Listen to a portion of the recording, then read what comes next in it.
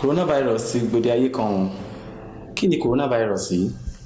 Ó jẹ́ ọ̀kan lára àwọn kòkòrò ọlọ́jẹ̀ tí ó ń kó bá ẹ̀dọ̀fóró àti àwọn amúgbálẹ́gbẹ̀ẹ́ rẹ̀ nínú àgọ́ ara wa. Ibo ni wọ́n ti rí orúkọ tí wọ́n fún tí ó ń jẹ́ corona yìí?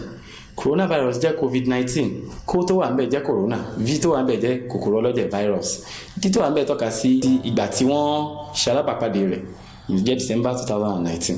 Àwọn ni àìsàn yìí kó bá jù?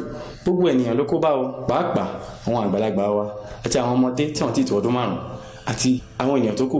Àwọn tó tún kó bá ní àwọn tí ó ní àìsàn tẹ́lẹ̀ bíi àrùn ìfúnpá gíga, ìtọ̀ ṣúgà àti àwọn àìsàn ọjọ́ pípẹ́, tàbí àwọn tó ní àìsàn alábala méjì tí a ń pè ní comorbidities bíi ìfúnpá gíga àti ìtọ̀ ṣúgà. Báwo ni a ṣe mọ̀ pé kòkòrò yìí ti ṣe kí ni ó ti gbilẹ̀ sí ara ènìyàn? Àwọn àmì tí ó ń gbé jáde ni ikọ́, sínsín, ara gbígbóná, kí ó máa rẹni láti inú, kí wọ́n máa gbọ̀nsẹ̀ ṣóróṣó, èémí tí ò já gaara àti bẹ́ẹ̀ bẹ́ẹ̀ lọ. Báwo ni àwọn ènìyàn ṣe ń kó àìsàn yìí? Wọ́n kó látàrí ẹ̀sùn omi ara tó wá láti imú, fẹ̀kẹ̀fẹ̀kẹ̀, ikọ́, sínsín tàbí itọ́ tí atẹ́gùn ń gbé tí ènìyàn bá ń sọ̀rọ̀. Wọ́n tún kó látàrí kí wọ́n fi ọwọ́ kan ibi tí ẹni tó ní àìsàn ti fọwọ́ kan, ọwọ́ kan ọwọ́ kan ẹnu, ọwọ́ kan ara àti bẹ́ẹ̀ bẹ́ẹ̀ lọ. Báwo ni ó ṣe ń farahàn? Àwọn kan wà tó jẹ́ wípé wọ́n ti kó àìsàn yìí ṣùgbọ́n ṣá kò farahàn lára wọn.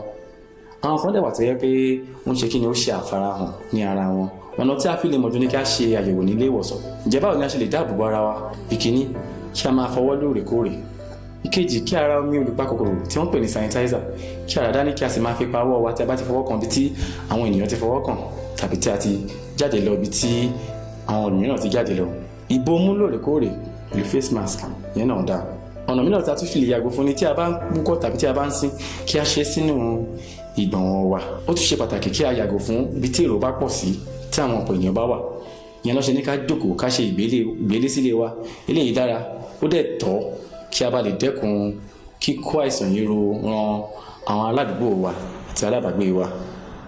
A ṣàkíyèsí wípé àwọn kan ti ń fi ọtí mímu tí a ń pè ní alcohol, wọ́n ti fi ń pa ara wọn, wọ́n ti fi ń wẹ̀, wọ́n ti fi ń nu ara. Eléyìí ò tọ́ o.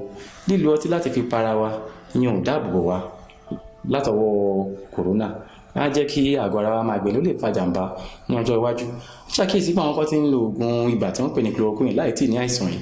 Eléyìí á kó bá ìlera wa o. Ẹni tí elétò ìlera ò bá sọ fún pé kí ó lò kí ó má lò. Ìjáfara léwu, Ọlọ́run á ṣọ́ gbogbo wa. A ò gbàdúrà kí ẹnìkan kan náà wá kó àìsàn yìí. Ìjọba náà ń tiraka tiwọn, ṣùgbọ́n ṣá a gbọ́dọ̀ ṣe kí ni? A gbọ́dọ̀ ṣe titi wa. Àìsàn ò ní fi àgọ́ ara wa ṣe gbogbo o. Ẹ ṣé.